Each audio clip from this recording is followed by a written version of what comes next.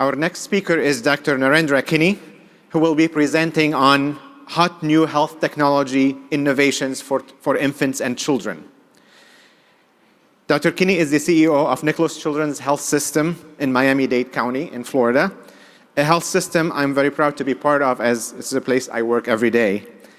I have seen firsthand how he has been instrumental in expanding the hospital's network to bring Nicholas Children's Hospital quality pediatric care to children and families throughout the region, with the hospital enhanced global telemedicine effort to South America as well as to other nations.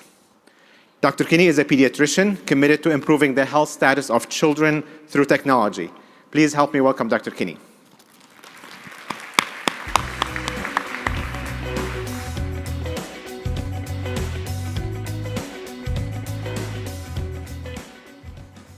Good morning, everyone.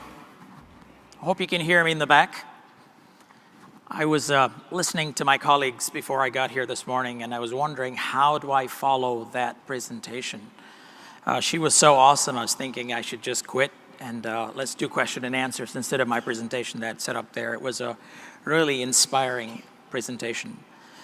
And you just heard the guy before me talk about technology and its impact on pediatricians. So I decided today, although I serve as the CEO for a health system, to take that hat off and put back on my pediatrician hat.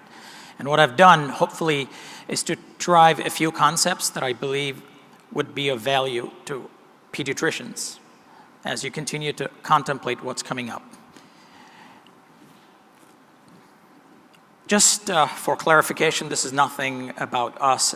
We were named Nicholas Children's Health System a couple of years ago, but if you've been in the business long enough, we were known as Miami Children's Hospital for over 60 years. And Mr. Nicholas, Barbara and Jack Nicholas were incredibly kind and named our institution after their family and made an incredible donation too, so I'm very grateful to that, but that's really all I have to say about the health system. Let's keep going here and talk about major trends. I know it's election time and most of the airwaves right now are filled with other items, but there are significant changes coming when you look at the healthcare landscape, and I want to walk you through many of them from the eyes of a primary care practice. So let's define a primary care practice today, which is the majority of the audience sitting here. And you'd think about a caring practitioner who is set up in a fixed infrastructure and provides continuity of care in a socially acceptable and a caring and evidence-based manner, using tools that have been brought to you not only from your training, but as you adopt your practice. Each of those tenements of that definition is actually under significant stress as we speak today. And my job is to look at each of these and help you navigate what's coming in the next few years. So I'd like to say, first of all, that the concept of primary care itself is being challenged. If you needed proof of that, have you asked yourself why immunizations are being provided at the local CVS? If you look at primary care by itself, the concepts of these urgent cares, minute clinics, and the like are beginning to stray into what was traditionally the sphere of the pediatrician's office, or in fact, the family practitioner's office. I would suppose today to tell you that I think that migration is not permanent. You're going to see a fusion of primary and secondary care. I think a better definition actually would be the term continuous care. And whether that will be in one location or not remains to be seen. There are multiple reasons for this, and I'll walk you through the first of them. The electronic medical record is really more profound a change than most people realize. If you think about the average primary care office and medical records, they were paper-based records. They were the repository of knowledge of your patient, and that was the glue that brought the patient and you together for generations. When that became electronic, it enabled a phenomenon. What that means is the data for the patient is now capable of moving to any environment. So today, whether it's the primary care office, whether it's the hospital, whether it's the pharmacy, the school, public health, all of these data pieces are capable of residing on the cloud. Once you have a comprehensive record, the patient will take their record. It's no longer an electronic medical record. It'll become a personal health record, and that can move with the patient. And if you heard very carefully my colleague, the millennial, describing the millennials, convenience is a huge issue. It is actually a tenement of their existence. So the primary care model is most likely going to migrate from a fixed location to anywhere where the data is available to these patients, and therefore practitioners who have access to that data will be able to establish a relationship. And that becomes really a challenge for the academy in terms of what do we call primary care in the next 5 to 7 years, how will it be reimbursed, and more importantly, how do you now start to measure the outcomes? That leads to another concept, population health. I know most of you are familiar with that term. I would start to say this has changed even in the last 4 years. The concept of population health is being challenged and it's being enhanced by multiple, not only technologies, but innovations. The first is telehealth. Just by a show of hands, how many pediatricians in the room or how many of you use telehealth today actively? Still a very small minority. I tell you that that concept of telehealth is going to be replaced by the term virtual health. And I'm going to explain the difference. If you look at the device that's on your screens, that module is smaller than your phone. But taken home, a mom can put those little attachments to the back of that device. You can auscultate, you can look in the ears, you can look in the throat, you can get a temperature, a pulse ox reading, and a blood pressure. We've actually introduced this technology, and it's been approved for school health, and 3 insurance companies have now agreed that this can be the equivalent of a primary care visit. Telehealth is no longer video calling.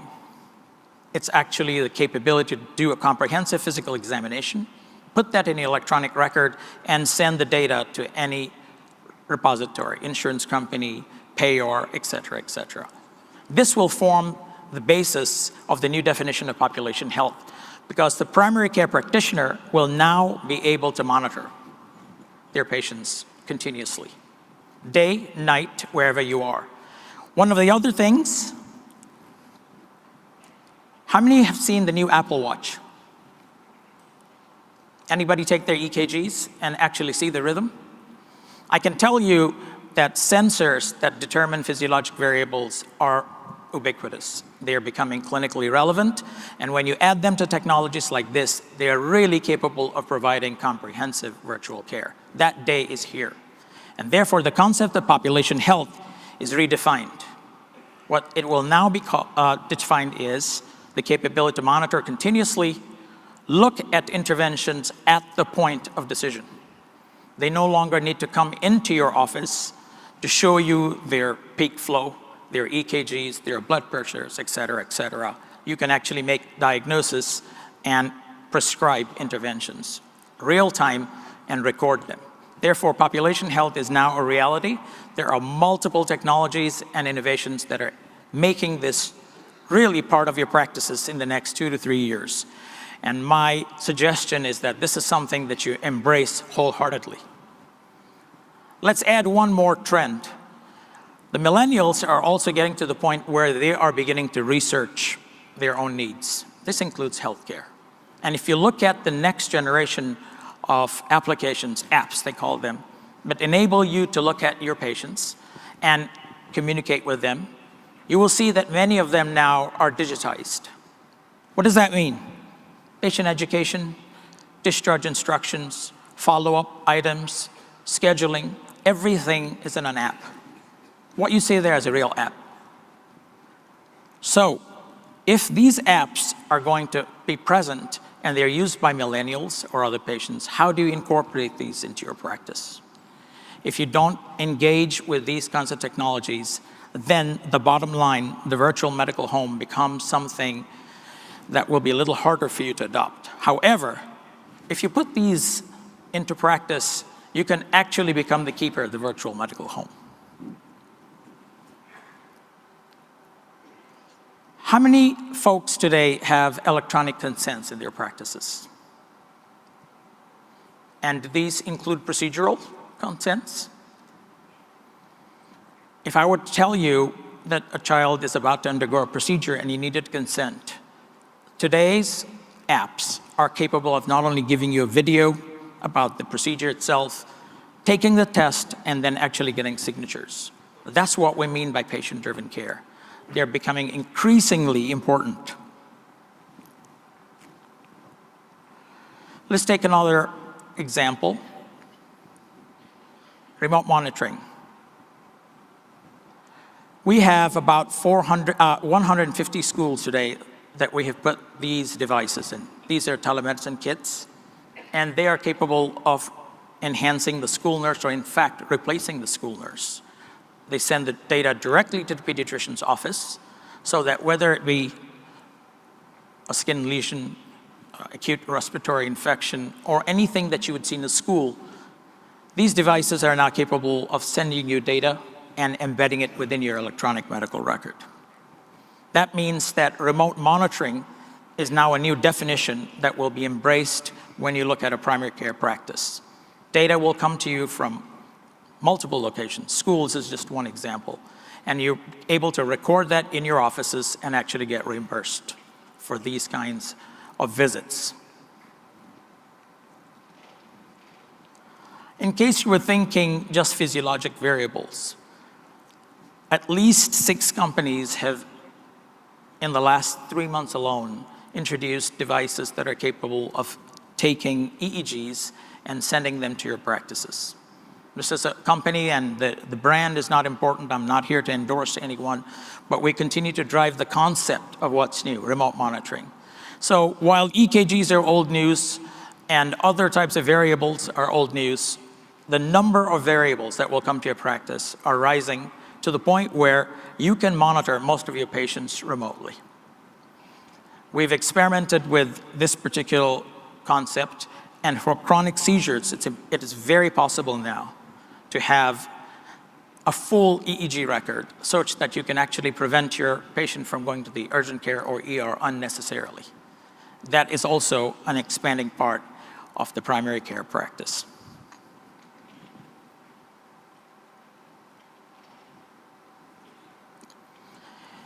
Anybody here know about Fortnite?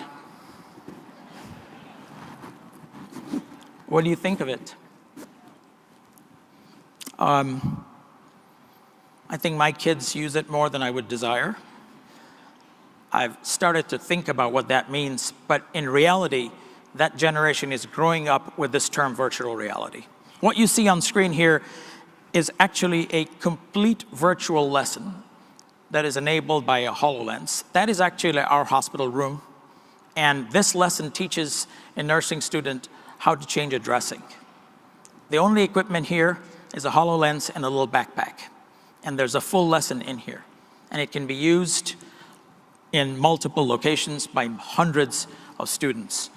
What I'm trying to point out is the concept of virtual reality is now very well embedded in clinical education, in patient education, and in other processes that involve our practices.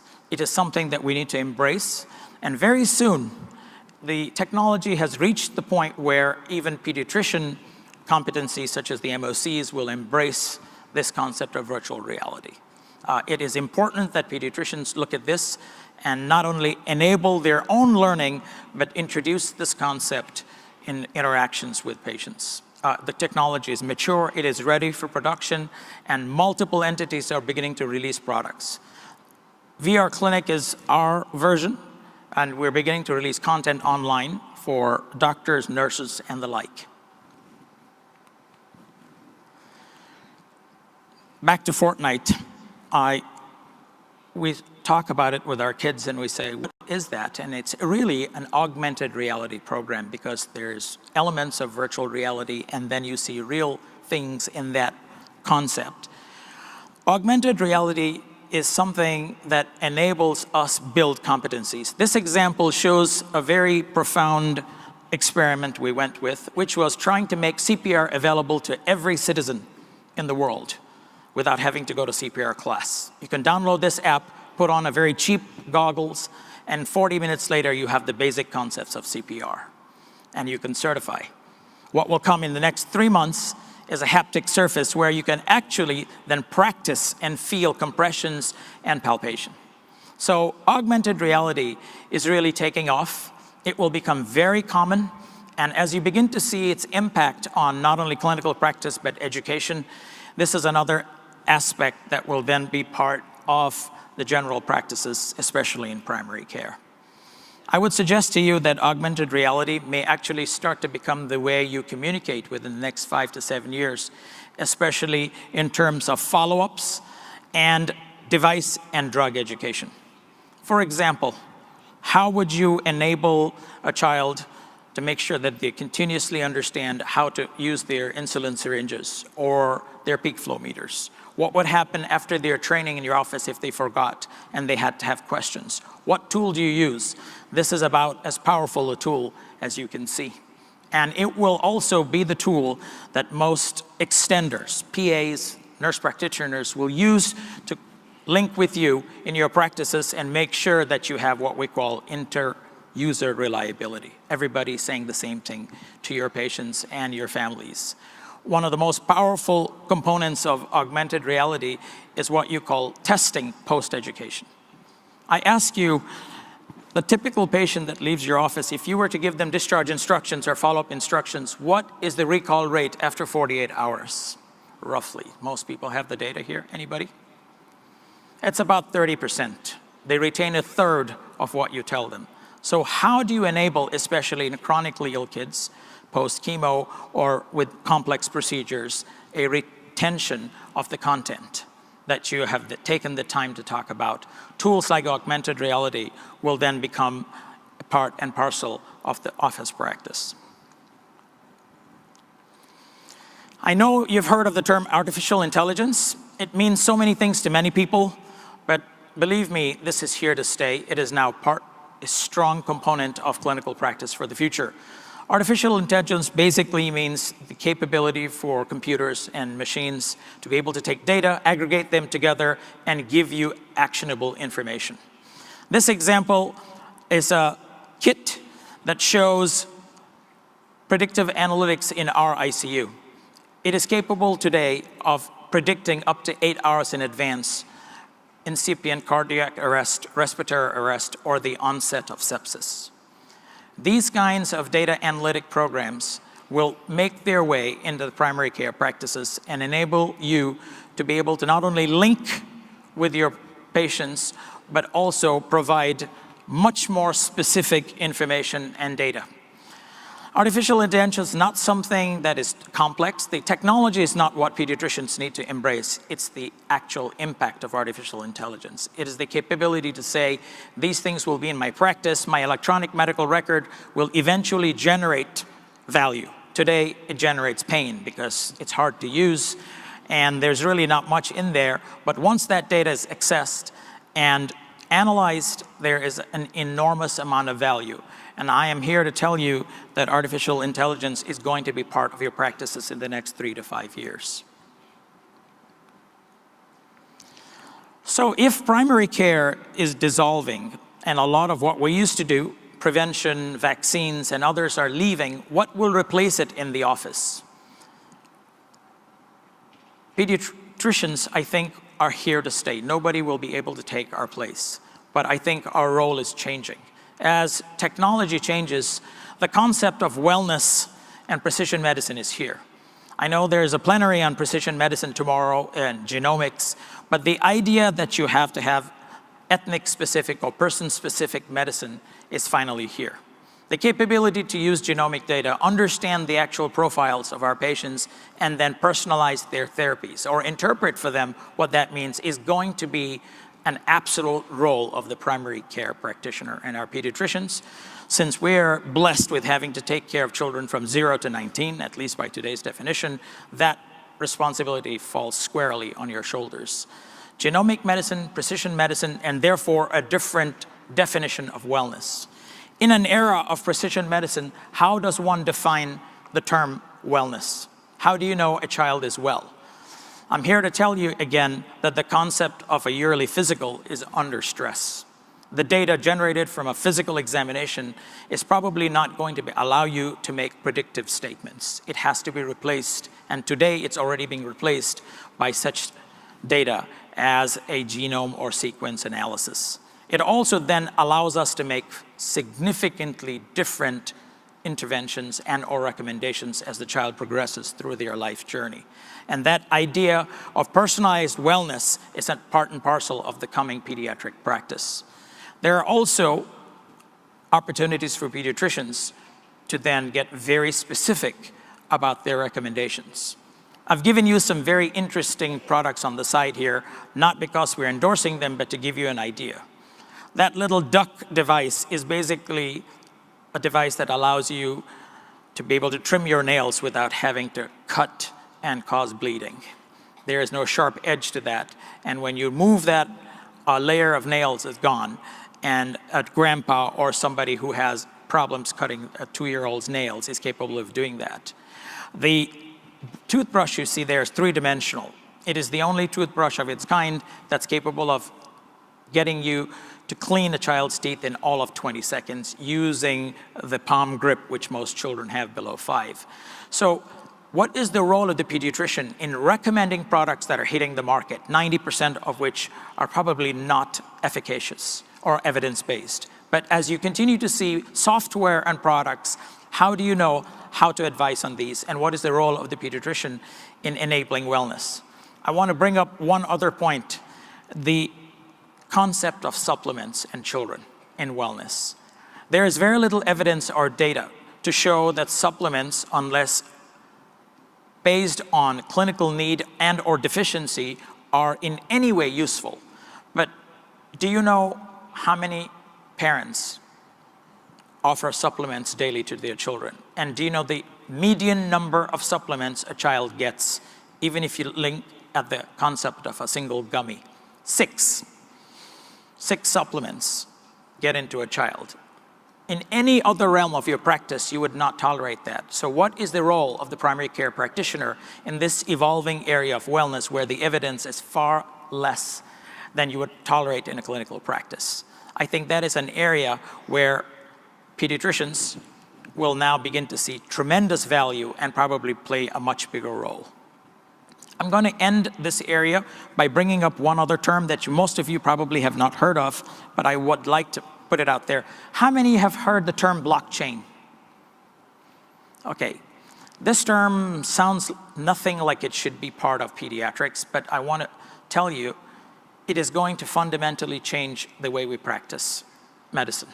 Blockchain is the first technology of its kind to make data transparent and available to everybody and anybody. And it is also reliable because it is single instance enabled, which basically means you can have a product very soon in the future where you put your data in there and anybody that needs to see it can see it at any time. It is actually going to change the way we practice medicine because that data is now available, it is transparent, and whenever anybody needs it, they will get it. Practically speaking, I could spend the next 2 hours explaining what that means in terms of your practice today, but I just want to make everyone aware of blockchain is here to stay. It is now becoming prevalent, and in the next 3 to 5 years, it will make your way into your offices. So I've been able to get about 6 or 7 trends that I hope will be of use to you as you contemplate what to do and stay abreast of changes in medicine and in healthcare. And I hope that this will enable you to do a little more research on these. And if there is anything else there, please do contact me. Thank you very much.